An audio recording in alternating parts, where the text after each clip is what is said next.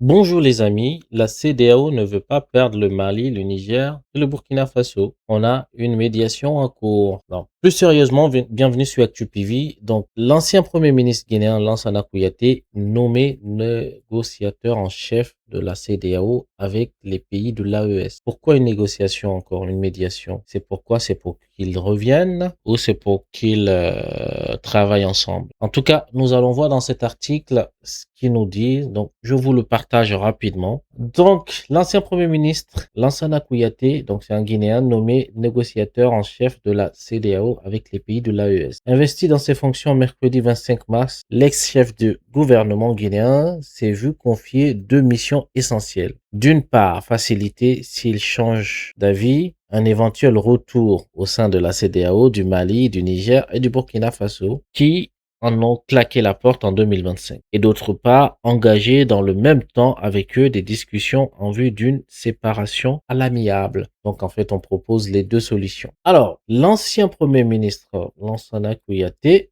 l'ancien premier ministre guinéen Lansana Kouyaté reprend le service.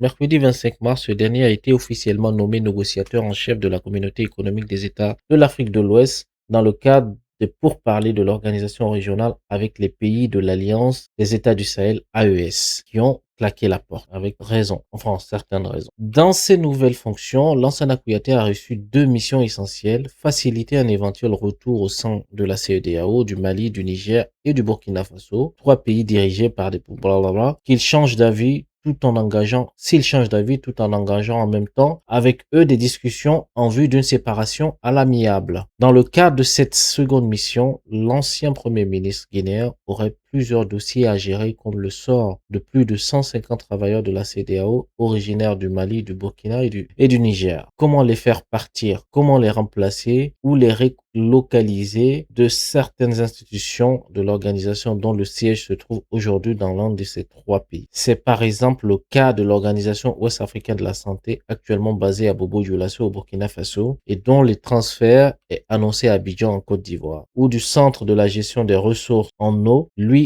aussi aujourd'hui basé au Burkina Faso, qui va s'installer en Guinée. Donc c'est peut-être pour que les discussions à l'amiable vont se baser justement pour voir comment en fait ils vont s'organiser pour que ces différents on va dire sous-programmes ou programmes se soient déplacés dans les pays membres, vu que le Burkina, le Mali et le Niger ne font plus partie de la CEDEAO. En tout cas, s'ils ne reviennent pas. Je continue la lecture. Sur plusieurs autres points, Lansana Kouyaté, qui ne souhaite pas une rupture brutale avec les pays de l'AES, entend par ailleurs prêter une oreille attentive aux demandes de dérogation formulées par Bamako, Niamey et Ouagadougou. Les trois pays souhaitent par exemple pouvoir continuer de bénéficier de la libre circulation des biens et des personnes entre leur espace et celui de la CEDEAO.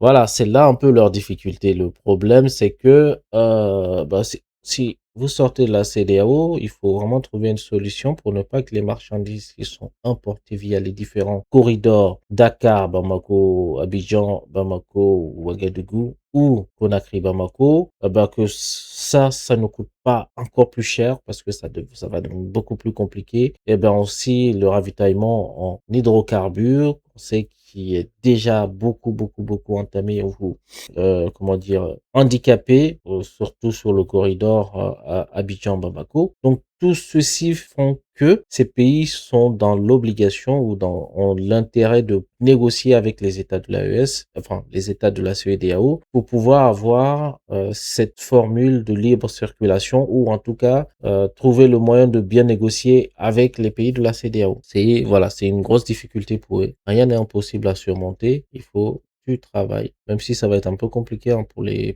populations. Sur le plan économique, il voudrait pouvoir continuer à profiter des actions de la Banque d'investissement et de développement de l'organisation basée à Lomé. Sans compter la collaboration dans la lutte contre le terrorisme, les premières discussions entre les deux parties doivent durer 3 mois. Alors, moi, je pense qu'au niveau de ça, la partie lutte terroriste, ça va être compliqué parce que de toute façon, ces États eux-mêmes galèrent pour mettre en place des armées. Je dirais que actuellement, les pays qui sont en guerre contre le terrorisme sont beaucoup mieux armées mieux formées que les autres. Donc la coopération, ça sera peut-être d'accepter que le Mali ou le Burkina puissent poursuivre les terroristes quand ils rentrent dans une frontière, par exemple du Mali, de la Côte d'Ivoire, de la Guinée ou du Sénégal. C'est un peu ça. Mais sinon, je vois pas quelle coopération que la Côte d'Ivoire, la Guinée ou le Sénégal peuvent apporter en armement au Mali. Ils le font déjà avec la Russie ou la Turquie ou d'autres pays, hein, c'est pas. Voilà.